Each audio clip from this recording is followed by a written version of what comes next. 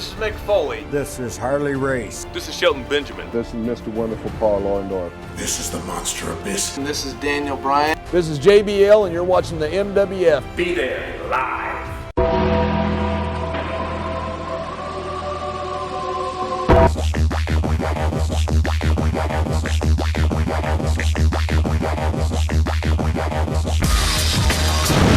Wrestling fans around the corner, around the world, it is Monday night. You know what that means. It's time for Wrestling Insiders Monday Night Mission with the manager of the former WWF Tag Team Champions Men on a Mission, the man that almost blew the roof off of Madison Square Garden at WrestleMania 10 back in 1994. I could only talking about my Monday night partner in crime, the one and only Oscar. But Oscar, we are not alone tonight.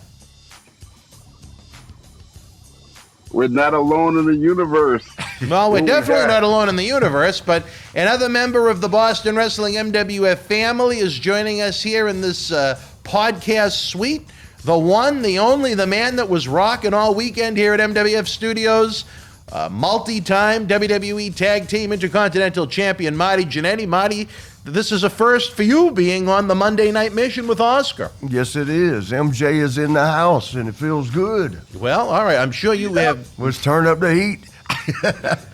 Maybe it'd almost be fun just to have you guys just kind of go back and forth, and I can just kind of moderate and give us the time cue when we need to take the commercial break. Marty, I'm sure you saw Oscar with the many fine women when you were on the road back in the mid-'90s. I saw one. Where did I see you last? It was at WrestleCon, Oscar?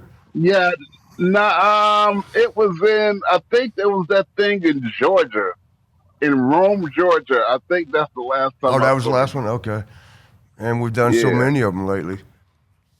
Yeah, I know it's a good thing. And with the pandemic going away, we should get to do a lot more.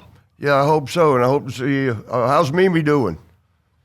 Oh, she's doing all right. I'm going to tell her you asked about her. Yeah, tell her I said hello. Now, Marty, you don't know this, but Oscar is going to be moving down to the Atlanta area sometime soon. So you two are going to be almost neighbors. You better hurry up, because I'm about to move to Jacksonville, Florida. No, man, you just better stay your ass put. Well, we'll try to get a wrestling school going down there and then move down to Clearwater and get one there and have a couple of them. I'm going to try to surround the WWE complex with them. Oh, okay. Well, yeah, all right. And then you can come. I'll get the. Let me see. That'd be southwest side and the northeast side of Florida. You come in and get that northwest and that southeast side, and we'll have them surrounded. All right. Well, yeah, that's a plan. We can do it. Oscar's ready. Well, Oscar, lots going on in the world of professional. I'm sorry, I interrupted you, sir. What did you say? I was going to say, yeah, Marty, let's piss some more people off. we ain't done a good enough job yet, right? No. If we're still talking, we ain't done it. Hey, we got more to do. But back in the mid-'90s, Marty, what kind of women would you see Oscar with? Yeah, Oscar could free flow. Yeah, freestyle it right now, Oscar. Let me give you one. Say something about Dan. Think of something real quick and free throw me some Dan. Can you still? Can you still freestyle like you could? Oh, Lottie Dottie, we like to party. Get down to M Boston with Dan Marotti. The Dan man, you with the guy who's ready. He was a freak. Talk about Marty Jannetty. I talk about this. I talk about that. Every time you saw Marty, he had a different rap. At the most, till about 12 o'clock. He was a rocker and his room did rock. He wasn't with Sean. He was on and he was with a beautiful girl until dawn. And she was like this, oh, I want to party around 12:30. You gonna fuck me, Marty. Wow, Oscar. Still flowing, ain't he? Who had more rats back in that era, would you say, Marty? No, Mr. Good Looking. No, Mr. Good Looking. No, Mr. Good Looking model himself back then. Don't even lie. With the long hair and Sean? The rocker look, and looked like he just got on stage with Van Halen. Oh man, I was hair sprayed out, wasn't I, with that big hair? Oh man. Now, who's the man? Oscar, when you'd frequent the Boston area, did you ever become friendly with one of Marty's longtime close personal friends, in more ways than one? Oh, no. Annie the Ass Eater. Who? Annie the Ass Eater? You would know her if you saw her. She was always at you used to stay at the Hojo's, right? In Revere. what? Didn't you stay at the Hojo's too? Everybody, the boys you saw stay at that Howard Johnson's up in Revere. Yeah, I think I've been there a couple of times till I got wise, and then I got a bigger class of hotel. But now that you mention it, I remember Andy the Ass Eater. Yeah. That was Greg Valentine's regular. Now, did Annie ever service you, Oscar? Not me. No. Yeah, he's married. How were you going to ask him that? Well, he wasn't married then. He was a very eligible bachelor back in the mid-'90s. Nah, I wasn't going to be too many places with Greg Valentine then, but so no. Could you freestyle while you have your ass eaten, I guess maybe is the question. Nah, let's leave that alone. We're going to leave that alone. Well, she's a very beautiful woman. If you admired Adrian Adonis back in the mid-'80s, before he dyed his hair blonde, they kind of had a resemblance. But we just wanted to cover all the bases in more ways than one, Oscar. No, yeah, no. Oh, ooh, Lord, that just brought back memories. You know, one of my favorite memories with you, Oscar, was when we were in Las Vegas and they had us do that Jerry Lewis telethon. Remember that? Yeah. Oh, you was there. Yeah, man. Because you freestyled on TV, for the. Yeah. That was the big time. Them was all my people. We went down to Vegas. Yeah. We did the Jerry Lewis telethon. We went with Sue Agency. It was me, Marty, and I can't remember who. I know Macho. We were sitting around, me and you and Macho Man and the Bushwhackers. And the Bushwhackers, you remember Lisa Gibbons came up and stuck the mic in her face, and that dude with her, I can't remember who it was. He asked you could you? He says, "You're the rapper, huh? And what can you rap right now?" He came right out with a good one too. Well, that's how Oscar broke in. Yeah, no, I remember that the Jerry Lewis telethon, man. It just. I'm glad you brought back that memory. We did some amazing things. Yeah, we have through the years, Marty. We've seen the world. We've seen the world. We've done some things. Hell, we met the president.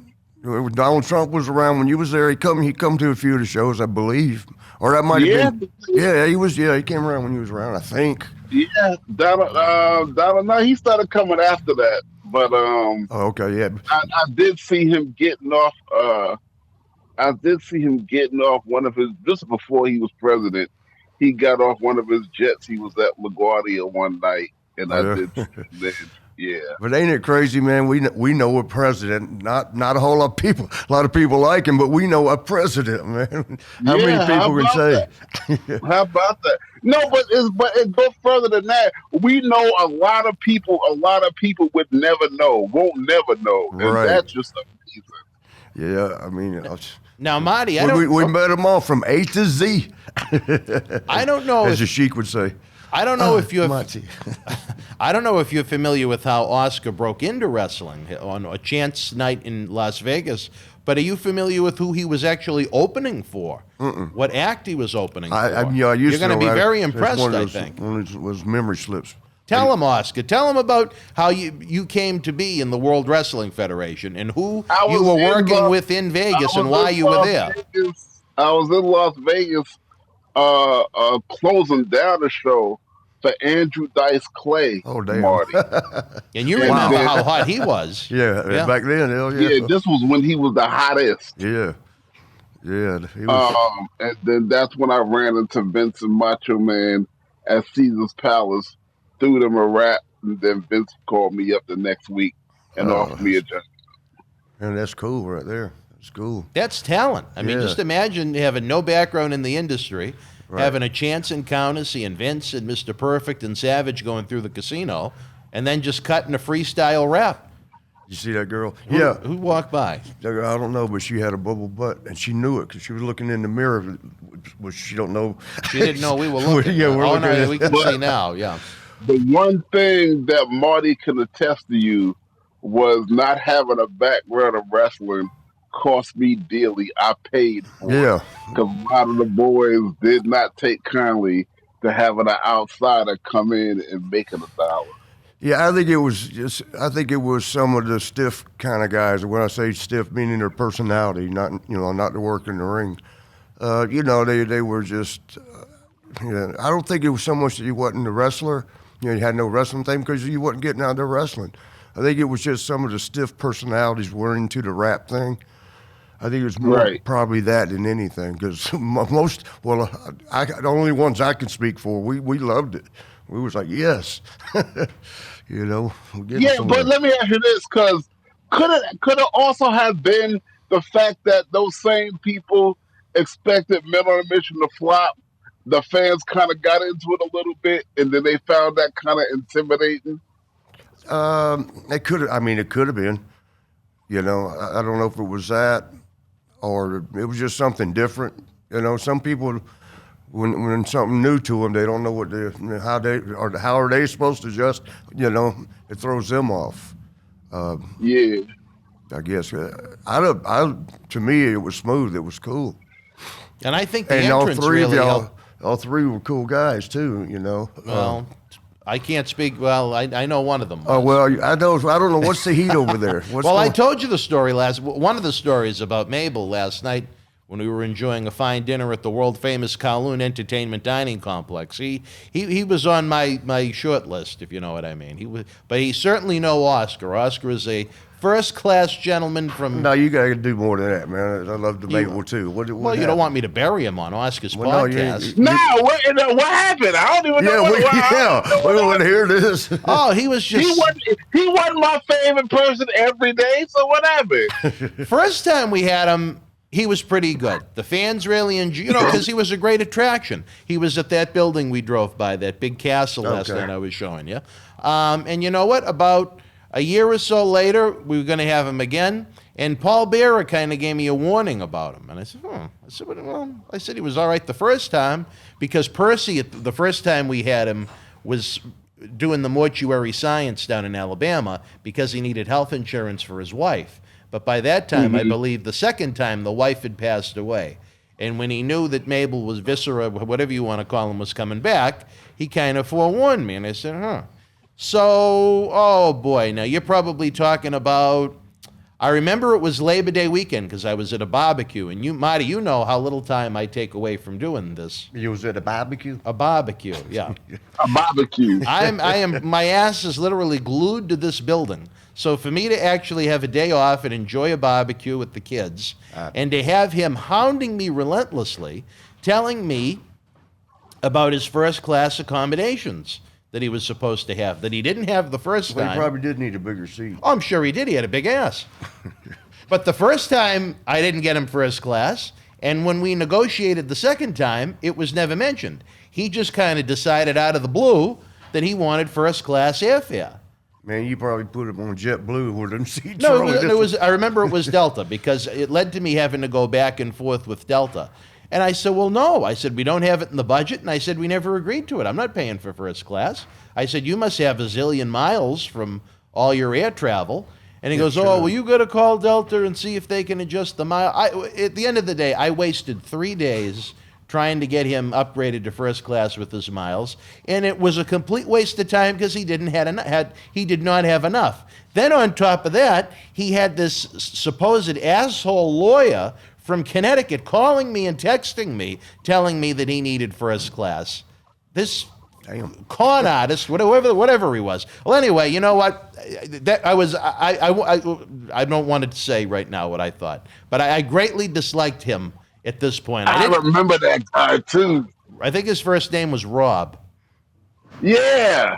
Damn, please. I kind of feel bad I asked now. Well, anyway, he was a pain in the ass too. At the end of the day, I don't honestly. I have no idea what wound up happening with the seat. I know I didn't pay for it because again, we didn't agree to it. We didn't negotiate about it, and I didn't have the money for it.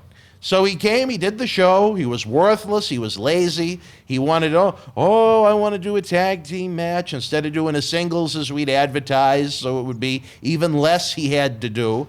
And then, here's the kicker to me, because you know what? I'm used to taking a lot of shit in this world. I've known Linda since 2002, so I mean that kind of speaks for itself.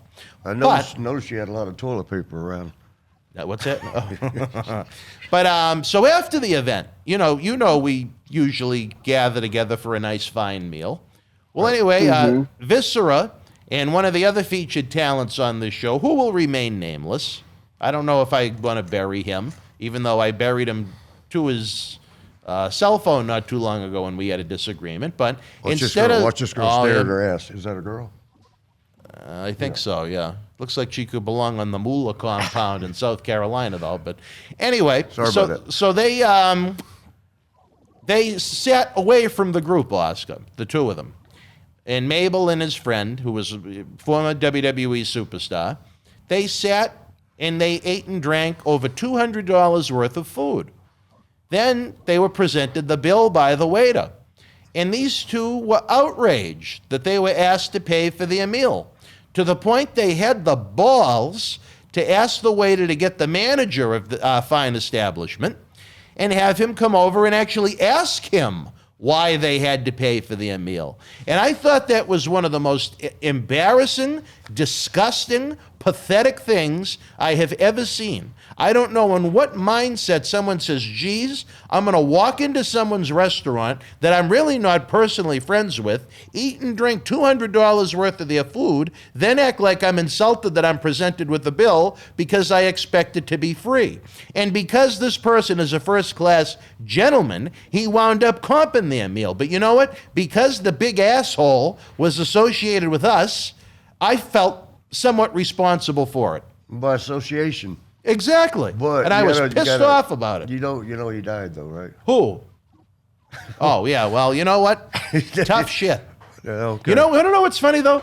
The list of the people that I truly hate, almost all of them have died. Oh, shit. It's I hope strange. you never hate me.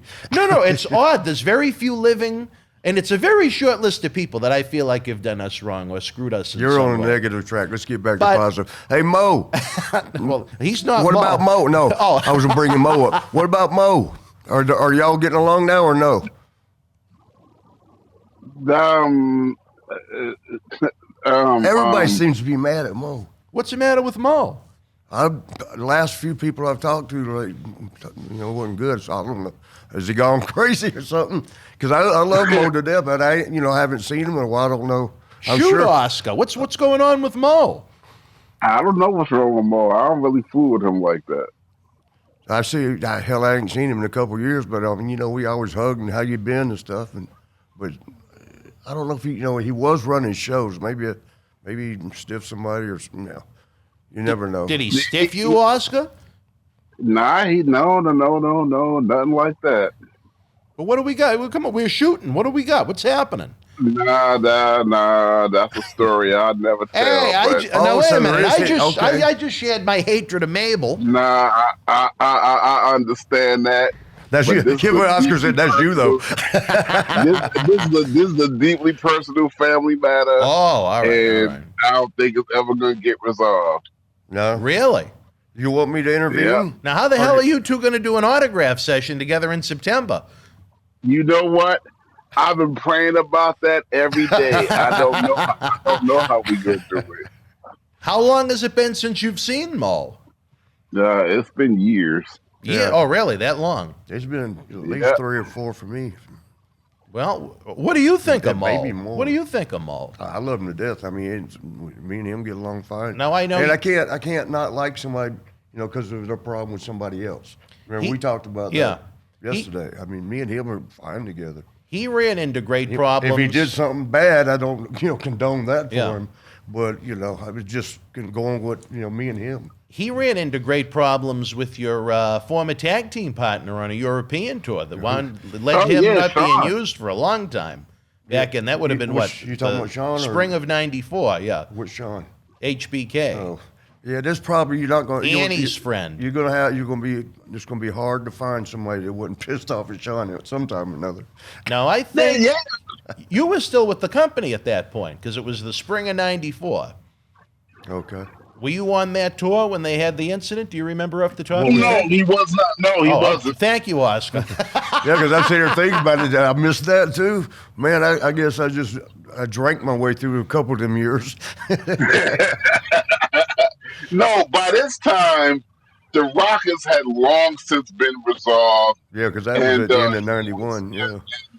He was going up and down the ring with Diesel at the time, and I think at that time Diesel was still the unknown bodyguard, but that's when him and Sean was, a unit. If I remember, it was right before Diesel got the Intercontinental title from Razor Ramon. But just so Marty knows, Oscar, explain to Marty what happened between Sean and Mo on this European tour that led to Mo being exiled for almost the better part of a year.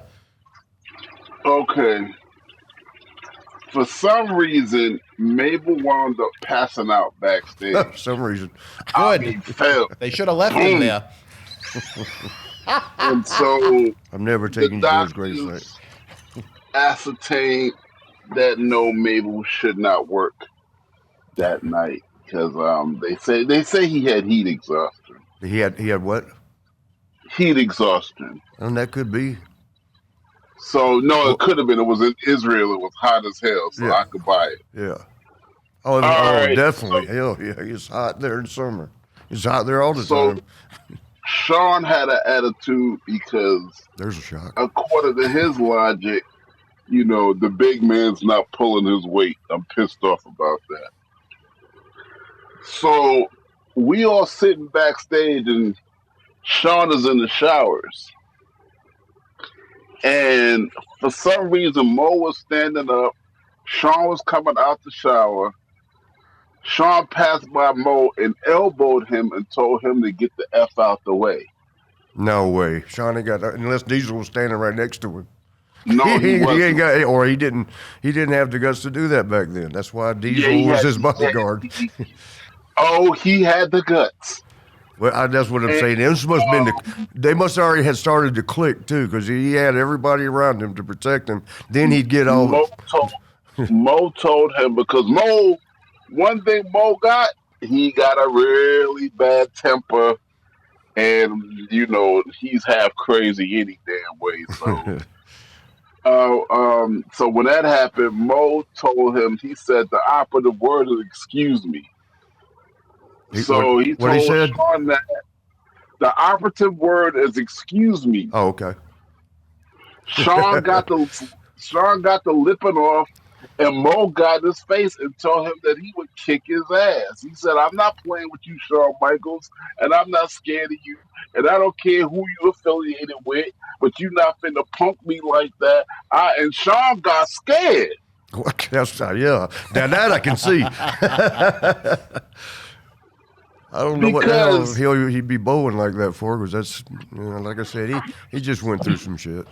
He cleaned it up. Sean got scared, and Mo was serious. About a week later, maybe two, but I'm gonna say a week.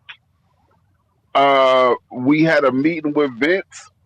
Vince said there was too many tag teams, and Vince sidelined Mo, and Mo was sidelined for a year, which goes to show that Sean had a lot of power. Yeah, always did, especially with Vince.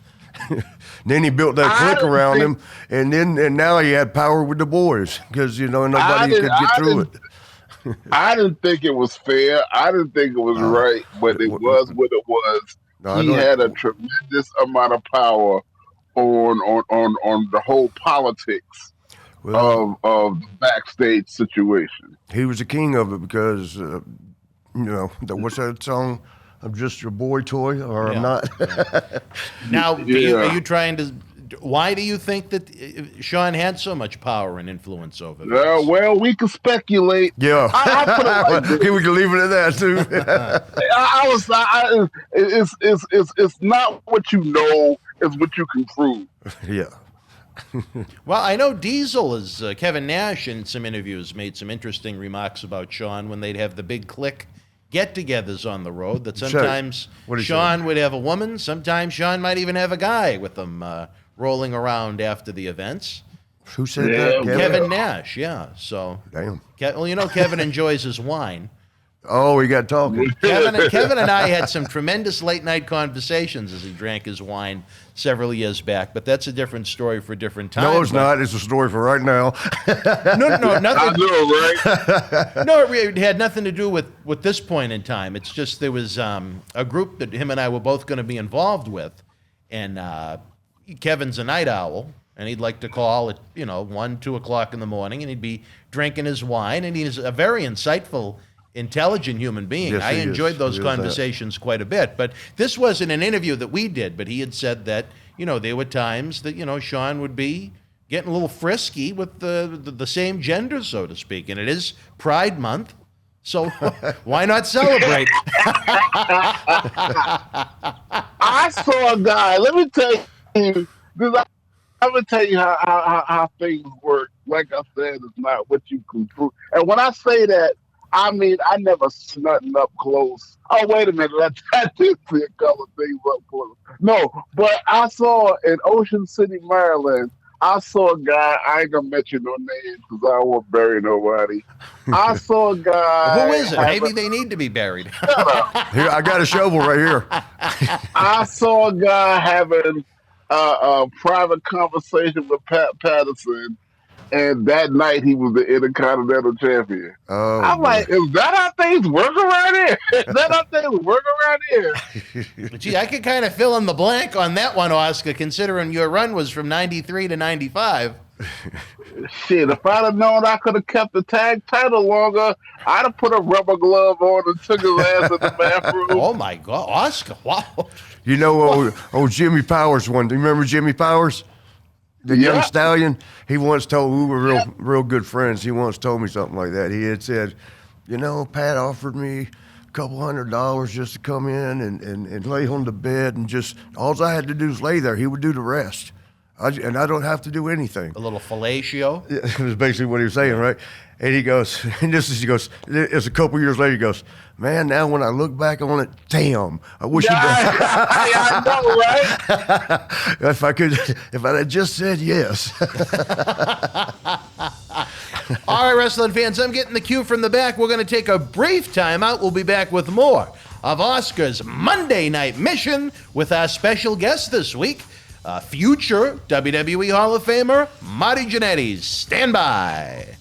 Boston wrestling sports and the MWF explodes into a new year of unknown with professional wrestling content galore, and we need you to join our family. Every Tuesday night at 10 p.m. after we review the previous night's Monday Night Raw, it's Wrestling Insiders at your house with the unpredictable WWE Hall of Famer, Mr. USA, Tony Atlas.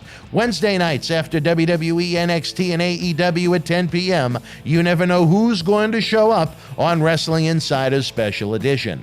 Every Thursday night at 10 p.m. after our NXT and Dynamite review, it's Marty Jannetty's No Holds Barred Sex, Drugs, and Rock and Roll journey through the 80s and 90s on Wrestling Insiders Party with Marty. Friday nights after the lights go down at the Thunderdome on SmackDown, it's John Cena Sr.'s Wrestling Insiders Fabulous Fridays. Plus, look for classic clips, bonus live episodes, pay-per-view watch-alongs, and more. If you want early, ad-free access to all of our Wrestling Insider talk shows, our acclaimed studio shoot interview DVD library, and to help keep wrestling legends working during the worst of times, for less than a cup of coffee at Starbucks, join our growing family at patreon.com/Boston Wrestling. Expect the unexpected in 2021.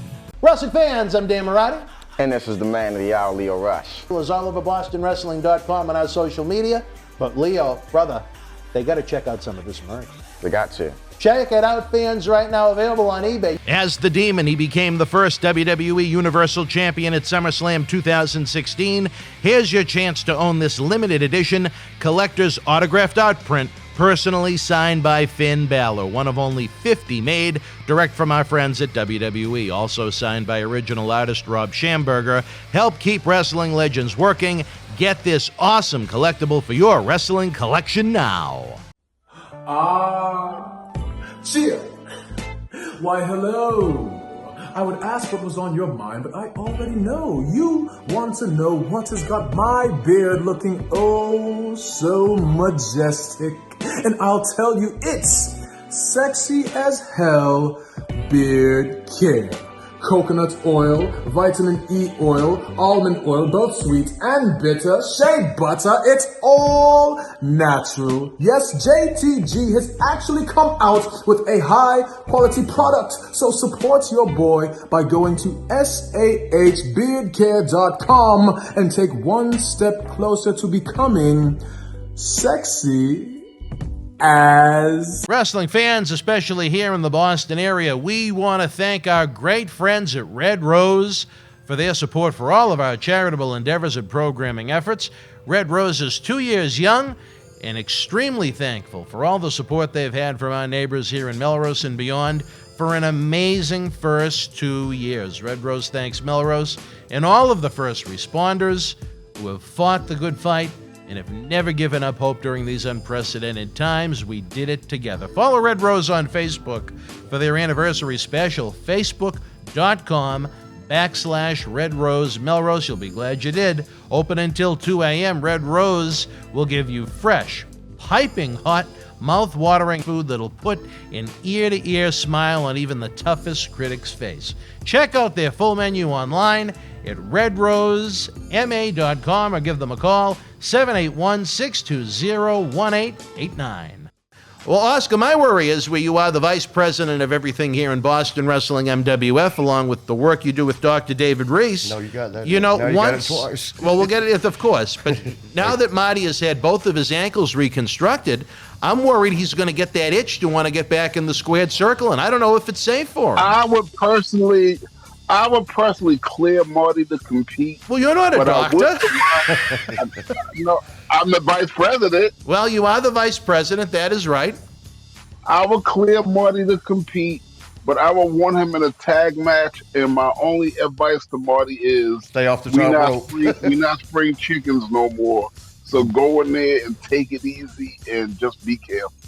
I could do that too, and that's probably all. If I do anything in the ring, it'll be tag. We're going to have to talk to President Reese and what he says, where he actually is a doctor, but... well, I'd still go with, have the best... You'll go with Oscar's opinion. With Oscar and my guy, Lee McCluskey. He's one of the world's best for ankles and feet and ankles. Dr. Leland McCluskey, the best in the world. And then Oscar's right there. And then, what's the other guy's name? Dr. David Reese, an acclaimed... How did you meet him? I've heard his name around. How'd you meet him? Cauliflower Alley Club. Oh, really? I met him. I met him through a guy named Evan Ginsberg. He did my podcast, and we've been thick as thieves since then. Oh, there you go. He's got a hell of a background in the world of psychiatry. He works with a lot of professional sports teams out in California. Yeah. I've heard his name a lot. Well, if you Google him, deal with the boys. If you Google, he's helped a lot of the boys. Oh, okay. He works with a lot of professional athletes, and not just Marty, but anyone that may be listening, if they have.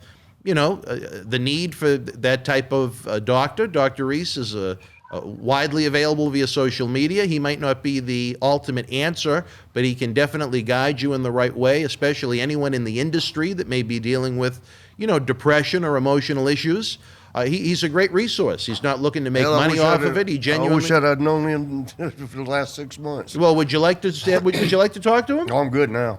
Oh, well, all right. I was in some deep, dark places there for a while, though. Well, Reese could have helped you. Yeah, I wish. And I now, did. I tell you this, believe it or not. That's where I got his name. You gave it to me before. Oh, well, that's where you got it then. I gave it to you. He's one of the nicest human beings you'd ever meet. Was that the one for the CTE? Yeah. Okay. Dr. David Reese. Okay. Now, though, he's expanding beyond his work in the world of psychiatry and his work here in Boston Wrestling MWF as the president.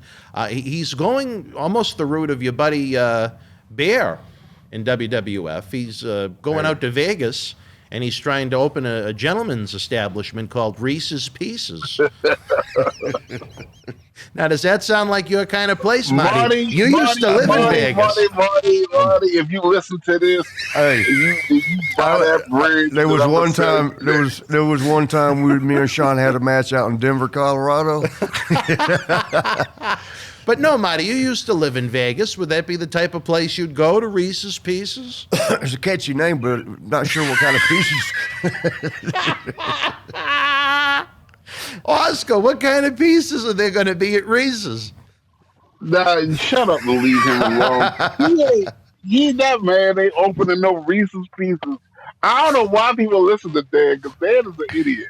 Reese said he's going to open them up like a bag at the supermarket and let them opening pour. nothing. So it was a sold out crowd there in Denver, and Sean and I did that jump start. You know how to jump start? That's going to get the people on their feet right away, and we did that jump start. I tell you, I had to do this all day yesterday, Oscar. That was my go-to to get him off of, when he started talking A&E. A&E. I bet I had to go to that match 20 times. Oscar, can you believe that as a man that even lived in Las Vegas, that Marty has never been to a Cauliflower Alley Club reunion? Yes, I have. When did you go? I worked on the show when I lived there. It must have been a year I wasn't there. I don't ever remember you. About 3 or 4 years ago. Do you remember him at a Cauliflower Alley Club, Oscar? I don't. Nah, but then again, I only started going like the last 5 years. You coming this year, 20. Marty? You should come. We have a good time. I'm like, Sin Bodie out there? Is her name Sin Bodie? Yeah. Yeah, I'll probably somebody. Yeah, I said it wrong. Yeah, I like him, man. I may come out there and do a little work with him. And if you see him, tell him I say hello. I ain't talked to him in a while. I think Marty would enjoy the accommodations at the world-class Gold Coast Casino. Oscar's favorite hotel. But in it was, Las Vegas. but I know it was the 2016 because I was in Vegas for 2 years, the first year and a half, and I missed the cauliflower, and then the You next talking one. about the Gold Coast? How's the accommodations when you got Marty Jannetty there in Boston? I think where Marty is a step up above the Gold Coast. They actually have coffee at this hotel. Gold Coast, is that the one? Hey, Oscar, remember one of the strip clubs out there? It was Gold something, Gold Rush, Gold something. Rick Rude's sister was running it. Really? Yeah. I didn't know that. Yeah, and we'd go there, and she looked better than all the dancers, but it was Rick's sister, so we couldn't look. Now, was she a worker, or did she just run it? She was running it. She was a manager. Oh, she wasn't a dancer. Was that? Nah, it was not. She owned the place. Wow. Oh, they owned it? Yeah, I think so. I think you're right. Yeah, yeah. They it was pretty good though. It was. You know how the boys were. Probably I don't know how they are anymore. It's so different now.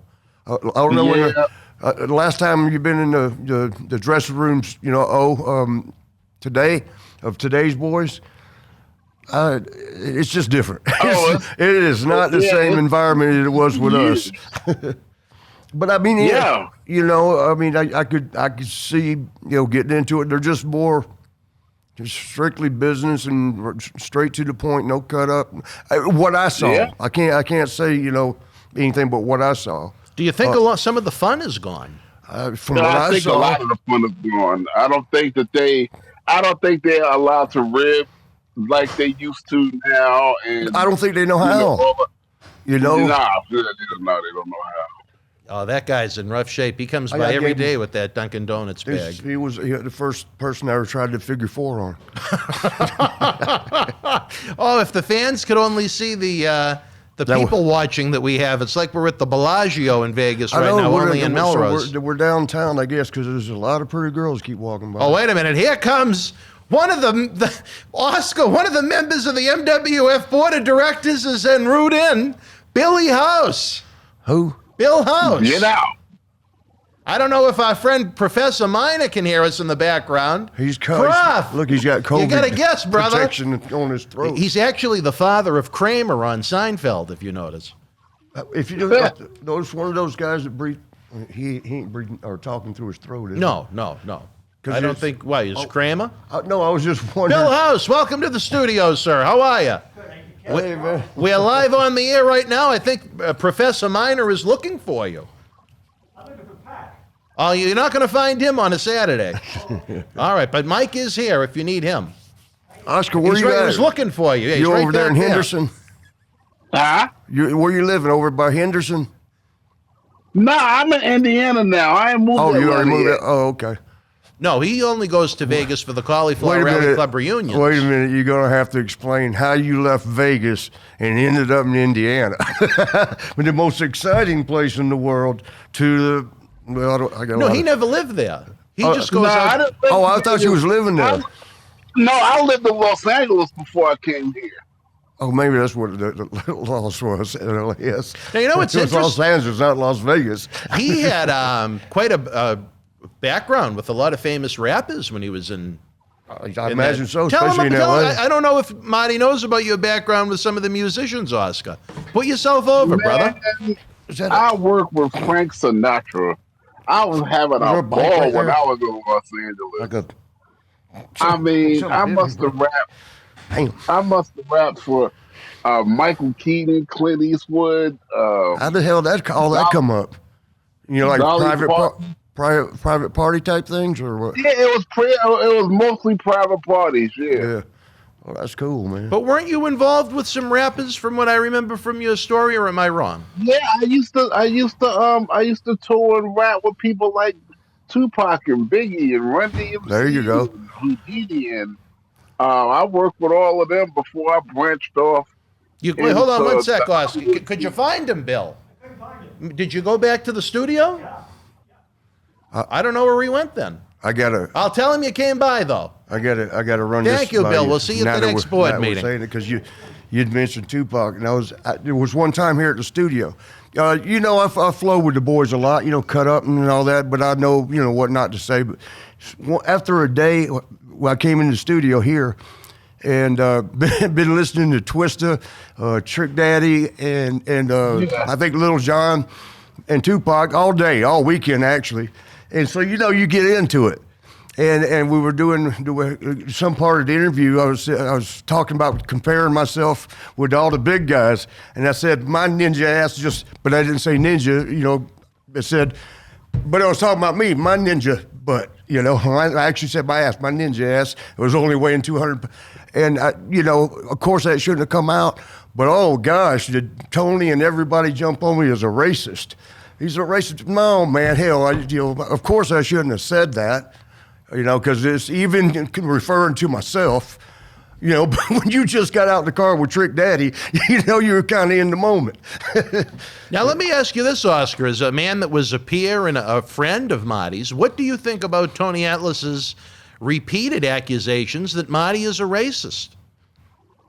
That's BS. See, that's a thing to where when you know somebody, and Right. you really know him. See, Marty could never have ever put his hands on me, to hug me, sit next to me for hours on end, reminisce with me, laugh, or anything like that. Because if you're a racist, I'm not just a racist against this black guy or that black guy Right. or that guy. I'm a racist against all of them. That's what a racist is.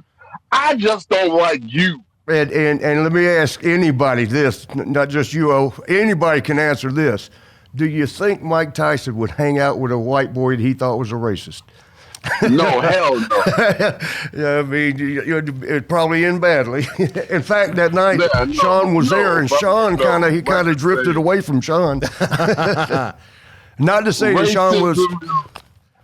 What is that, Oscar? Racism ain't local, it's universal. Exactly.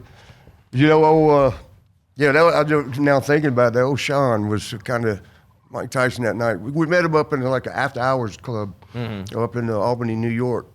And man, me and him just hit it off right. Probably because we were both crazy. We hit it off good. And Sean kind of drifted out of the picture. I don't know if Mike felt, I just didn't.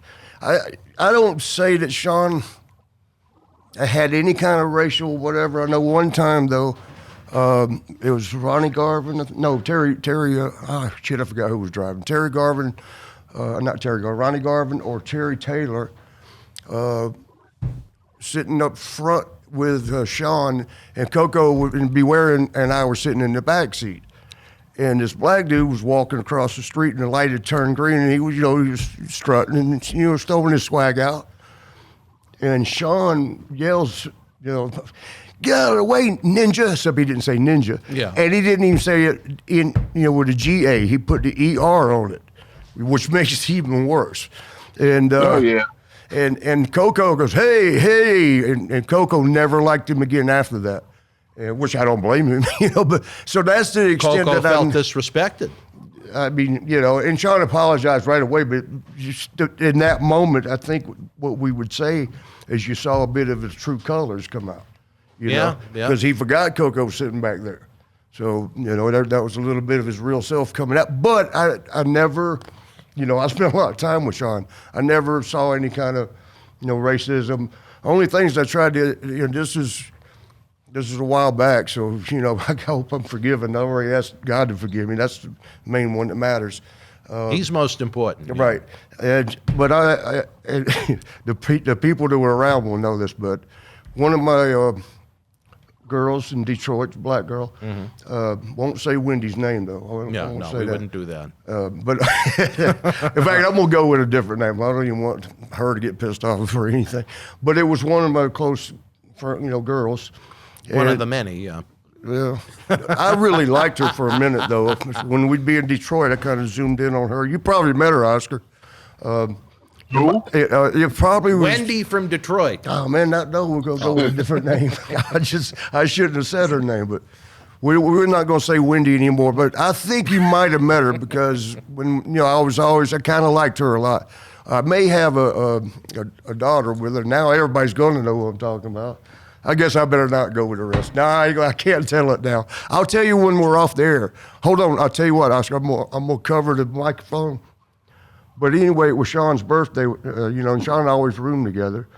And I asked one of my girls, there was a black girl, I said, hey, give Sean a birthday present. Some service. and she, she went ahead and Sean was like, oh, no, I couldn't, no, okay, go ahead. And for about 10 seconds, then he was just like, okay, that's enough of the stuff. He wasn't very comfortable. Really? Yeah, and I don't know. What was going on in the moment? As far as? Well, what were they doing? No, she was just making him happy. Did he yell out Pat by accident?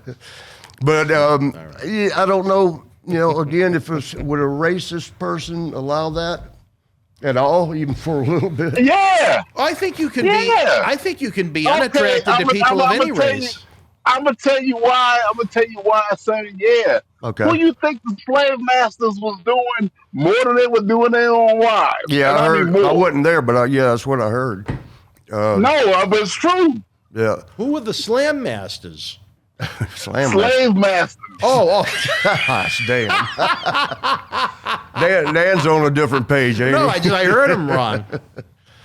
But you could dislike black people, but a white man always gonna go for a black chick because they know how to do everything. That's actually true, though. That's probably one of the reasons I see. And I always say I see more black than white, but it's about equal. It's about. You see, I'm no limit soldier when it comes to that. I don't, like, okay, I like this girl because she's a Hungarian, or I like this one because she's black, or I like that one because she's from Israel. It's just a female that's nice, and that's the way it's the way I see all people is for the character, for the character, not the color. Prejudice ain't gonna stop the punani. Never. And Tony, Tony did say that one time about me. He goes, well, I ain't gonna talk like he does, because I heard somebody get on to Dan. Dan does if you do it.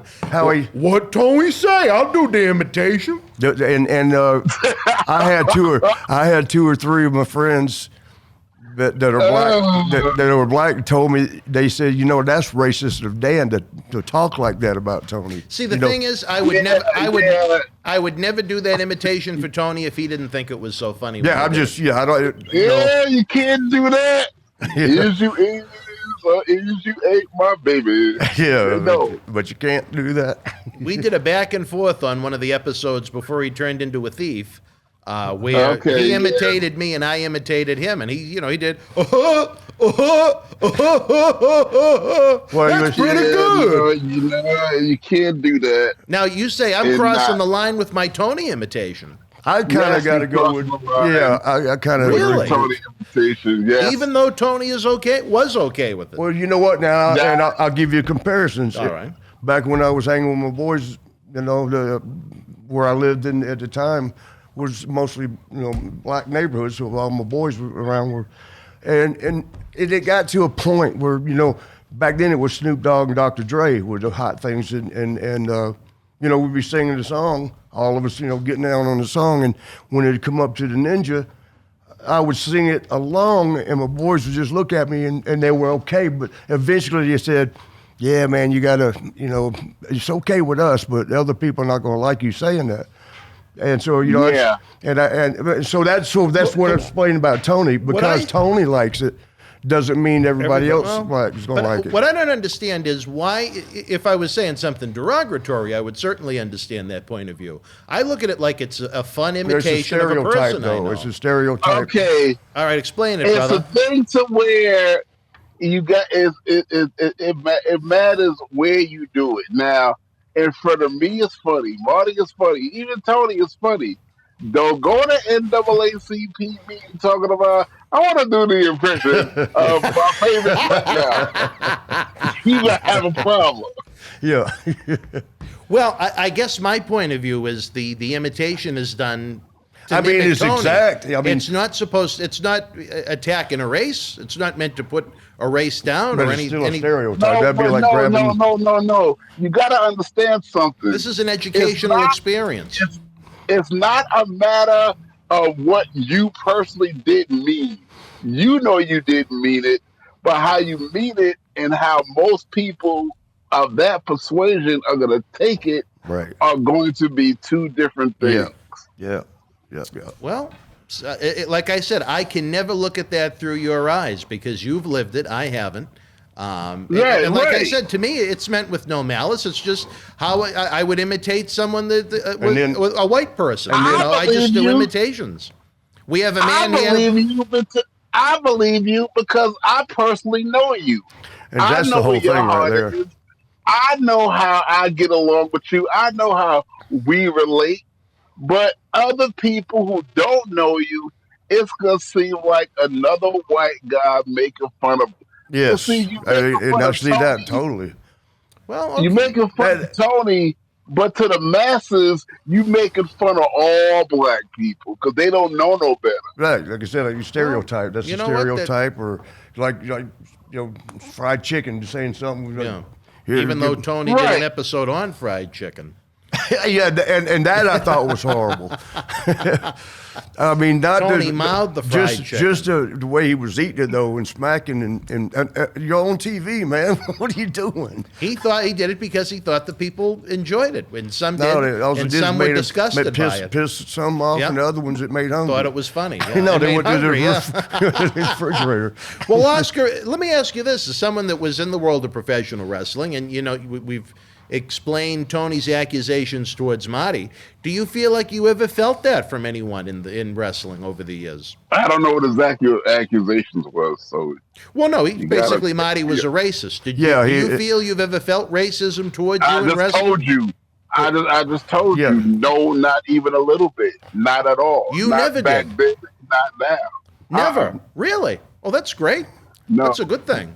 Here was the thing too. When he said that, I mean, all my black friends, all my white friends, they all thought, "Man, what the hell's wrong with Tony? You're the furthest thing from that." And and Dan even tried to tell him. Dan on the show, you know, said, "No, he's got a lot of black friends. He's got black girlfriends, got a black daughter." And Tony said, "Well, you do it." And what he said was he's now I'm asking you to be a racist and you do it. I said, so I'll say it in a regular voice. It ain't gonna be like it came from Tony. But he goes, well, it's all pink on the inside. You know, we're talking about the female part, which I thought that was kind of yucky to, you know. Well, you know what? Because what's that word called when you're putting females down? What's it called? What are we? Not chauvinist. Shaming? No. Chauvinist or masculine. Some where you're a chauvinist, where you're better than women. Male chauvinist. I guess where women. A misogynist. Yeah, is that what it is? Oh, see, Oscar's the human misogynist. dictionary over Yeah, there. misogynist because you're misogynist. putting the female, gender down.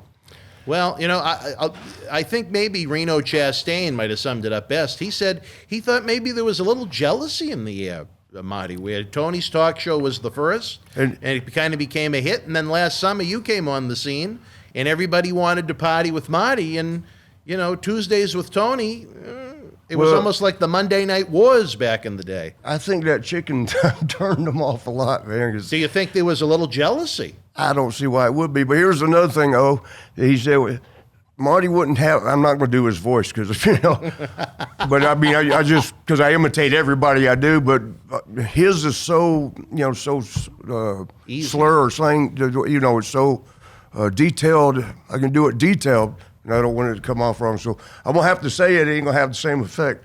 But he said, Marty, I saw Marty twice in 20 years. I spoke to Marty twice. Yeah. Or actually, he said he spoke to me twice in 20 years. He said, so I've talked to him a total of, 10 minutes in 2 conversations. Yeah. And then he broke that down and said that equals, and he had the math wrong. Well. but I'm sitting there thinking, It man. was the thought that counts. I had pictures on my Facebook with him at several conventions, a couple of conventions, and there was one night in New York, or somewhere near New York, because I had my girlfriend from there, is a black girl. I don't want to say her name because she's married. I know you would know her, Oscar, because she was around all the time. When we were in Newark, New York, or within an hour or so of it, but you would know her. You definitely know her. Good girl, too. She's a good girl. I mean, what I would mean by that, she wasn't one of those that they call rats or something like that. I like to call wrestling a wrestling perk because they're calling them a rat such a put down to ourselves. We're out there. Everybody else has fans. Know, right? Yeah, they got fans, they got groupies, and the wrestlers got rats. What the hell? Yeah, the rats. I mean, who's the rat? Who's worse, the rat or the one effing the rat? And an interesting point of view that Tony had at one point, and I'll give credit where credit is due, he said more than anything, he thought the wrestlers were the rats. Yeah, pretty much. Yeah, pretty much. That's why I don't even like hearing the fans called marks. Because they're fans, and they're ours, and you want to know who the mark is, who just went out there and busted up their head for 20 minutes to get them to scream and holler for you, and then you say, Mark. Yeah. They just sat there and watched. You went out there and busted your ass. Who's the real Mark? Yeah, I mean, but it's such a put down. I mean, why? We got rats and we got marks. You would think wrestlers are the ones that are so, I'm better than everybody by doing that. I mean, no other industry calls their fans bad names. In fact, what they got? They got what do you call them, fan clubs and stuff for them, but not the boys. But I tried to change that. What a bunch of arrogant bastards we'd have become. Yeah. Well, let me ask you this, Oscar, since you are the VP and a wise sage that's even teaching me a thing about life today. We can't have any rats. What do you think about the theft, Oscar? I mean, it's still an unresolved issue, the theft. Tony's theft. Oh. Tony bought his $200 computer with the Joe Biden stimulus check and thought he was going to become a millionaire. And he took a great sum of money for drawings and the live event we had November 13th and podcasts. Oscar, what should we do about this theft? Okay. Is it Judge Judy time? That's about all you really can do. But could you imagine him and I on Judge Judy? Yeah, I can imagine it. Judge Judy was spending the whole time going, what did he say? What did he say? See, I could have some fun doing some imitations, but I'm not going to do it. I mean, it's pretty good, and when we imitate people, you're supposed to sound like them. Yeah, that's my only thing. I never meant any malice by it. But it's especially in today's society, or American anyway. Like you said, it's universal, Oscar, but It's so, everybody is so sensitive right now about everything. You know, I mean, I'm scared to be on the podcast anymore because I might have said something that offended the women. I might have said something that offended a gay person. I might have said something, and I didn't know it. And all of a sudden, because there's no rule book out there, instead of, okay, I'm sorry, I apologize, I didn't know that. Instead, all of a sudden, you're anti-gay or you're feminist, whatever, hater, whatever it's called. Race, I mean, shit, you can't win. You're going to offend somebody somehow. I mean, to your point, I mean, we are really, really going backwards. Did you guys I think know so too. that, okay, Lin-Manuel Miranda, the guy who made Hamilton, and now he's got this new movie out called The Heights. He is taking the Puerto Rican culture and the Spanish culture, and he's giving people a job, giving people fame, putting money in their pocket, and bringing awareness to the talent of these people. And there was a senator or a congressman that wanted to know why he didn't have this person or why he didn't have. You can't please nobody. Yeah, I know what you're talking about. Exactly. The psychology, instead of us moving forward with the times, instead of us going into a 21st century, 22nd century mentality, we are going backwards. I agree. I mean, we was getting there. I mean, certainly, I'm sure, the black people would like it to be a lot, come on, we can go faster. But, I mean, we were going, we were getting there, and now, it just seems like, well, you're messing up all this progress we made. I agree. I like a lot of it. All the progress we made, is out the window, and I just. It's like going backwards now. Now we're heading back to the hatred, Yeah, we're heading back to we're heading back to the days before civil rights, and where blacks hate whites and whites hate blacks, and there's prejudice and racism and hatred.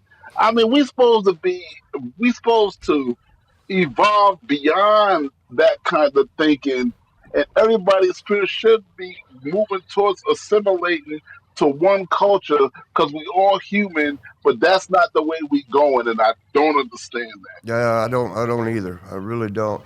I thought when Obama got elected, I thought that was the greatest thing in the world. Now the greatest thing ever, right? Yeah, now we can unite. I mean, white people, because I grew up pretty much in bad areas, which means in the Southeast in particular, down there by Martin Luther Kingville, and so I got to know how the black culture was, behind the scenes. You're not going to say it in front of me unless they are very comfortable with me, right, and know me, and so I knew where things were coming from. I mean, and I understood why, because I could see it. Because I've told you this, Dan, I was ostracized, if that's the right word, by everybody. I mean, except for the ones that knew me. But when a black person would see me, they didn't like me because I was white. When a white person would see me, they didn't like me because I lived amongst black people, and they called us white trash. So it was like, no, and I was a kid. I didn't, I'm seeing things as they are. As far as I knew, it was natural, but I didn't understand why are we hated, more than anybody. Well, I ain't even done nothing. I can't even make a friend out here, because that's tough for a kid. Yeah, you didn't understand it, and then, just the way I was treated at school as a kid, first, second, third grade and all that. I was fighting all the time. They could have been correct, but I didn't understand, and it was frustrating. And it just didn't feel like just sitting there taking it. But so long at first, man, if I wouldn't have stood up for myself eventually, I probably would have been a more messed up person than I am now. Because, who knows? As you're 7 years old, you don't know what depression is. But I just remember thinking we're horrible people. My family isn't like, because my mom and dad would fight every day. I mean, not fist, but verbal. Loud, screaming. Police were called all the time, so the kids were not allowed to play with me. in the neighborhood, certainly. Right, And then at school, they pointing the finger like, I see him, can't. Because their parents didn't want them around. You know, that kid, that's the one that lives over there. No, you don't hang around him. And it was, you know, I was the best, even in like third grade, I was probably the best athlete around, you know, for that age. Yeah. And why I say is because you would pick teams, like Right. for volleyball Kickball or for or- kickball or softball, and I'd always be last, and I'm better than all of them. It was Really? just They pick you because, last? Wow. Yeah, because they didn't. I'm the one that couldn't be. You know, if they picked me, you know, they get in trouble at home or laughed at with the other kids. And that was a rough thing. You know, I mean, I think that hurt my feelings more than any of it was being last picked for a sport. But you know, I'm gonna tell you something. You know, everything in the circle of your life happens for a reason. The reason why you had to go through those trials, it was to make you stronger. And it did that. That's true. And to teach you how to fight. And look what happened. You learned how to fight and became one of the most world-renowned wrestlers in the world. So your upbringing was not by accident; it was by design. And look who you turned into. Yeah, and I agree with that totally. Well, And you were not, heck of not a- just that, but understanding a lot of things that both cultures wouldn't understand. You know, because Exactly. I understand the white side, I understand the black side, whereas most of my black friends wouldn't understand from the white perspective, and whites don't understand the black perspective. But see, you know what? A lot of them were still alive when you made it, and they had to look at TV and go, "Is that little Marty?" Yeah, right. Yeah, some of them do get in touch with me after all these years. Yeah, now they like me. Now they want to be your friend. Yeah, now they want to pick Oh me my for God! the kickball team. Is that little Marty? What kind of a kickball player were you, Oscar? Oh, I was terrible. You were terrible. All right. Well, you know, in all honesty, though, Oscar, They here, picked Marty last. They didn't pick me at all. do you think maybe it would be good for Marty to talk with David Reese? On this kind of thing? Well, privately or publicly, whatever you would be more comfortable with. Absolutely. Marty is not cured. I don't care what he say. And Marty really needs to talk to Dave. Matter of fact, I'm going to set it up. You set it up, and I'm there. I tell you, you know what, Marty, maybe I'll send you the link. You know, and again, it sounds like we're not knocking Tony because we did a whole episode on it with Tony's home videos of him being abused by women's shoes and licking women's shoes. And David Reese came on the show and spent about an hour with Tony trying to explain to him why he had this thirst for abuse in shoes. Fetish. And it wasn't even a sexual thing. It wasn't anything that he got off to. It was just he said it was like a euphoria to him. The best analogy. Well, I hope it was. He said the best analogy that I came up with, I said it was almost like Popeye having his spinach. You know what I mean? He would get energy from these women abusing him. And it went back to, I guess he didn't start to walk until he was about 5. And really? there was a lot of physical abuse in his home. Okay. So he, for whatever reason, he almost felt like his mother was getting revenge on the father when Tony would get beat up by these women with the big shoes. Why he would need to lick them, I don't know, but... I never saw him lick one. But I have seen he really didn't even like him unless he had a spike on him. You know, the spike heels. I don't know how that didn't tear his skin. He barely was Mr. USA, I guess. But no, the Reese and Tony did you ever see the Reese episode with Tony, Oscar? Oscar, are you there? No. You didn't see it? No, I didn't. All right, well, you'll have to look it up too then. You know what? We went a lot longer than I ever thought we would, but we're having so much fun. Guys, any final thoughts, memories about your time together in the mid-'90s WWF, which is why most of these folks listen? You know, them being a tag team with the mom, with the Men on a Mission. Men on a Mission, yeah. And us being a tag team, unless we was working with them, which I don't think y'all were baby faces, right? And we didn't ever work with y'all. And so you wasn't going to be on the same, because remember they were running 3 shows a night. So we really didn't get, unless it was TV taping or international. That's the only time we really got to hang around each other. And no standout stories, like there's not a night. Well, there I would feel comfortable telling, because like I said, you're married. And I might be one day. Well, but you know, I the just thing haven't is, found her yet. Oscar has no problem talking about back in the day when he was Casanova Well, he's race. the one that's, He was a ladies' man. He can talk about it, but it ain't right for me to bring it up. Tell him, Oscar. Tell you know what, Marty wasn't the only ladies' man on this show. I mean, it was a thing. It's a thing to where, you know, I have a very strong relationship. I've told my wife all the stories that I can remember. And God bless you. And God bless you for that, because my girls, and more so the black ones, you know, but not too many of them are like what you just said. Let me tell them, and usually I'm telling them it's going to be a funny one at the end, but the minute it involves another girl, oh my God, they shut me off, start cussing. Oh yeah, well, you got a lot of women that's like that, but when you see that, then that might be a cue for you to walk the other way. Because yeah, you know, well, Oscar a woman got to be secure in herself. She got to be secure in herself. Yeah, I think that's what it is. I don't understand in order to be secure in any relationship. Oscar married very well, well. If they can't do that, then they're not ready to be in a relationship, let alone a marriage. And especially a relationship with a wrestler that's on the road all the time and got to put up with girls coming up. Being in a relationship with a wrestler or a former wrestler even is not an easy life. It's not an easy thing to do. It takes a strong woman to deal with us. Oh, yeah, I got to find one. It takes a strong woman to deal with us, not because, you know, we go on the road frequently or infrequently when we're not on a roster no more, but because wrestling has done something to us psychologically. Yeah. It took a crazy person to want to wrestle to start with.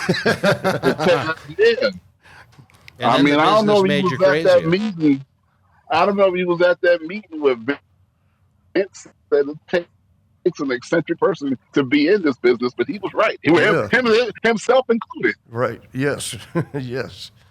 All right. Well, wrestling fans, I really enjoyed this episode, a supersized edition of Wrestling Insiders Monday Night Mission with a weekly friend Oscar. It was almost like a crossover episode where Marty came over to party with Oscar this week. Yes, I enjoyed this. It was great. Oscar, I'll get your number from. I didn't hear you. I'm sorry. Say again. Yeah, no. Give my number. And keep in touch. Yeah, and I'll get us some shows, and you do what you can. You know, anything that Baltimore, I'll get up with him, and I'll throw your name out there every time I get to any show.